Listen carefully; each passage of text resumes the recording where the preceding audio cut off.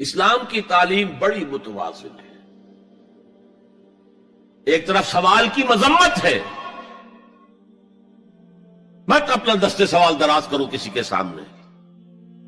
جو شخص ہاتھ پھیلاتا ہے مانگنے کے لیے وہ اپنی عزت نفس کو ہتھیلی پر رکھ کر آپ کے سامنے پیش کر رہا ہے،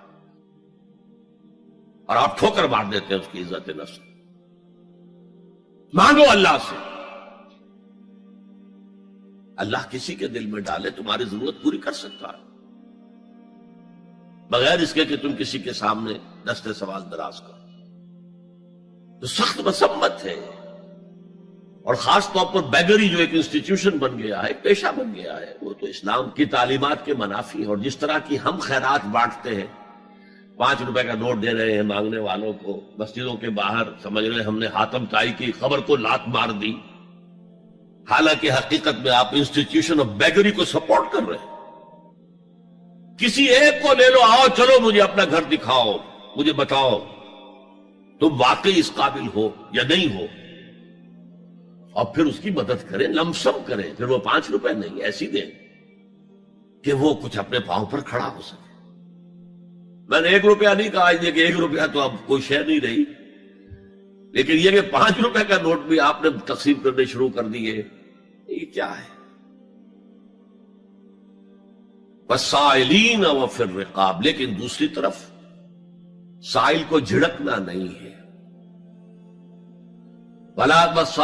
اما السائل فلا تنہر، جھڑکو نہیں. اچھا بھائی نہیں، معاف کرو میرے پاس اس وقت آپ کی مدد کے لیے کچھ نہیں ہے، میں کچھ نہیں کر سکتا. تو ان دونوں کے درمیان اصل میں معاملہ ہونا چاہیے.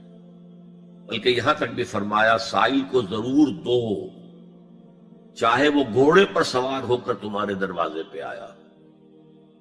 کیا پتا اس کی واقعی الجھن کیا ہے.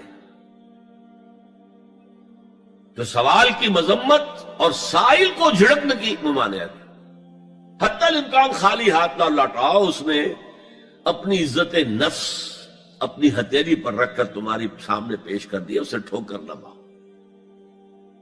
لیکن جیسا کہ میں نے عرض کیا، یہ انسٹیٹیوشن آف بیگری جو ہے یہ ایک علیحدہ شے ہے، بالکل اس کا اس سے کوئی تعلق نہ سمجھیے. وفی الرقاب، رقاب جمع ہے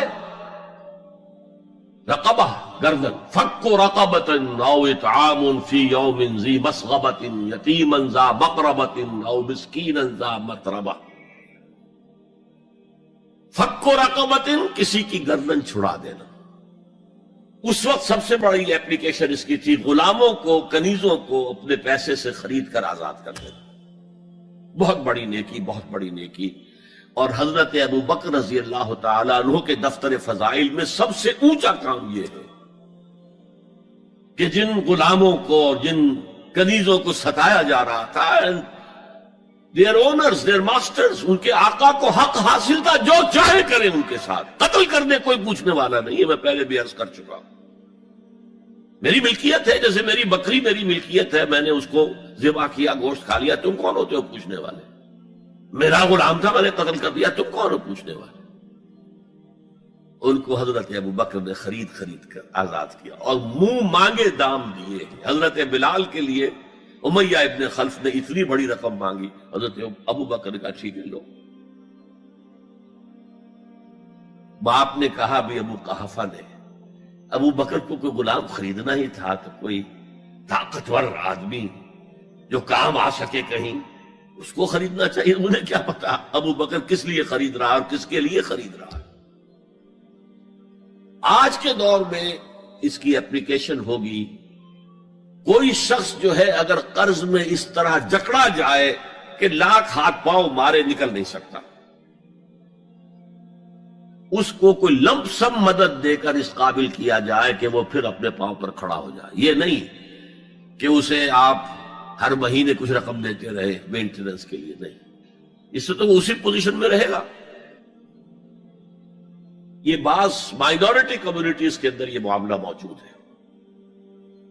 کوئی بھائی اگر گر گیا ہے کاروبار میں تو اس کی پھر ایسی مدد کی جائے کہ وہ پھر آپ کی صف میں آ کر کھڑا ہو جائے. Respectable members of your community وہ اس شکل میں پہنچ جائے. یہ بھی فک و رقبتن اس کی ذیل میں آج کل آئے گا.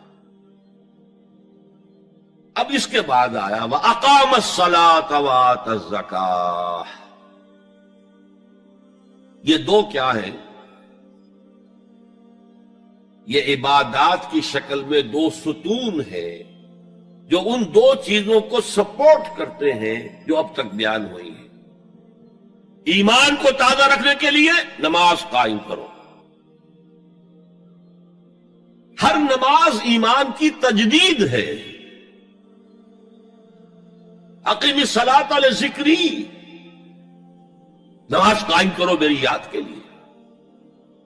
اپنا عہد اللہ کے ساتھ تازہ کرو. ایاک نعبد و ایاک نستعین، اے اللہ ہم تیری ہی بندگی کرتے ہیں اور کرتے رہیں گے، تجھ ہی سے مدد مانگتے ہیں اور مانگتے رہیں گے. اپنے اس عہد بندگی کو تازہ کرو، ایمان کو تازہ کرو. الحمدللہ رب العالمین الرحمن الرحیم. ایمان باللہ تازہ ہوا نا. مالک یوم الدین، ایمان بالآخرہ تازہ ہو گیا. یہ ہے ایمان کو قائم رکھنے کے لیے، نیکی کی اس روح کو برقرار رکھنے کے لیے اللہ تعالی کی طرف سے یہ ستون ہے. الصلاۃ عماد الدین، دین کا ستون ہے یہ نماز. اس بحث میں اس کا مقصد کیا ہے وہ میں نے بیان کر دیا. بعد میں کیوں آ رہا ہے؟ یعنی کہ اصل شے ہے ایمان، اور ایمان کو سپورٹ کرنے والا ستون ہے نماز. حضرت علی کی جب شادی ہو رہی تھی حضرت فاطمہ سے، کوئی مکان تھا ہی نہیں، کہاں لے کے جائے.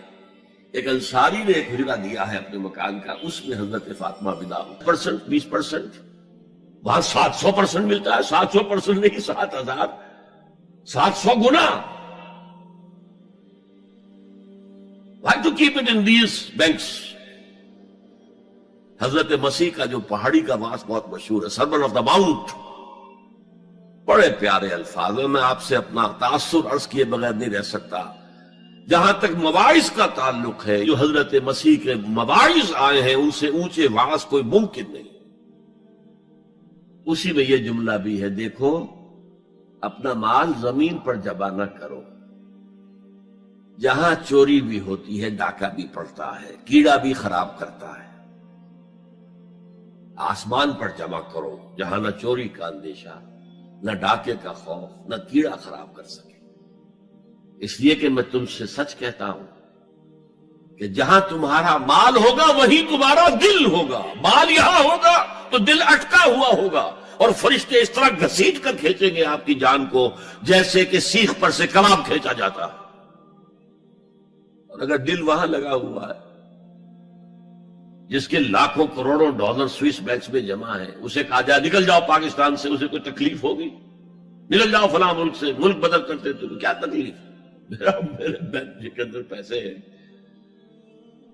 البتہ جس کا باہر کچھ نہ ہو اسے اگر یہ دی جائے سزا تو اس کی تو جائے. سرکار سے دل جس نے سنوارا ہوگا، اس کی قسمت کا بلندی پہ ستارہ ہوگا.